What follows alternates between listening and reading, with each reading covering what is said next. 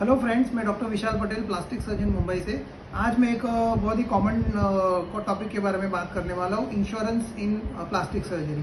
सो कौन से surgeries insurance में कवर होता है plastic when the surgeries are done by a plastic surgeon. काफ़ी लोगों को ये कन्फ्यूजन होता है कि अगर हम सर्जरी प्लास्टिक सर्जन से कराएंगे तो वो इंश्योरेंस में कवर नहीं होगा। ये एक काफ़ी फियर रहता है, पर ये बहुत ही गलत है।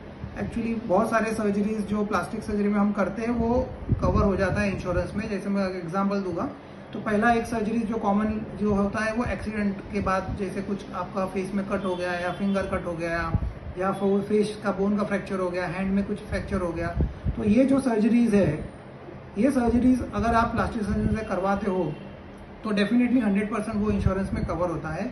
दूसरा एक है जैसे बर्न्स का सर्जरी या बर्न्स का रिलेटेड जो भी कॉम्प्लिकेशन है उसके रिलेटेड जो सर्जरीज होता है वो सर्जरीज भी प्लास्टिक सर्जरी में कवर होता है कम्प्लीटली। तीसरा एक जो होता है वो reconstructive surgeries for cancer and trauma. तो रिकंस्ट्रक्टिव सर्जरीज जो कैंसर होने का निकालने के बाद जो डिफेक्ट रहता है उसके लिए जो हम रिकंस्ट्रक्टिव सर्जरीज करते हैं वो भी कम्प्लीटली कवर होता है प्लास्टिक सर्जरी में। अभी लास्ट एक जो है हमारा कॉस्मेटिक सर्जरीज ना, कॉस्मेटिक सर्जरीज जो है जो हम सिर्फ प्योरली कॉस्मेटिक पर्पस के लिए करते, प्योरली ब्यूटीफाई करने के लिए, वो जो सर्जरीज है वो कवर नहीं होते हैं।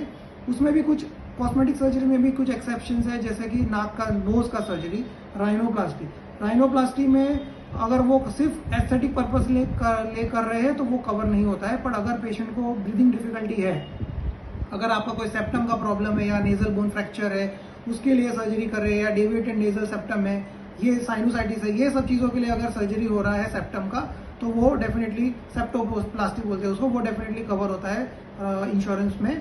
फिर दूसरा होता है जैसे ब्रेस्ट का, अगर हैवी ब्रेस्ट है, आपका बहुत हैवी ब्रेस्ट है अगर, और उसमें उसके वजह से आपको बैक पेन हो रहा है, नेक पेन हो रहा है, आपका फोल्ड जो है स्किन का उसमें आपको स्किन के रिलेटेड प्रॉब्लम्स हो रहे हैं, तो अगर ऐसी कंडीशन है तो डेफिनेटली ये आपका प्लास्टिक सर्जरी इंश्योरेंस में कवर होगा।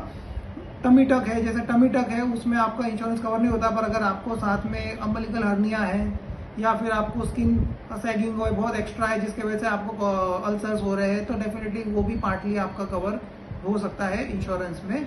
और दूसरा एक कॉमनली कंडीशन जैसे गायनेकोमेस्टिया है, गायनेकोमेस्टिया में भी अगर आपको बहुत सारे पेनफुल लम्स है दोनों साइड में और आपका बहुत सीवियर पेन हो रहा है, उसमें से डिस्चार्ज आ रहा है, अगर ऐसा कुछ प्रॉब्लम है तो आपका वो इंश्योरेंस में कवर हो सकता है। Thank you.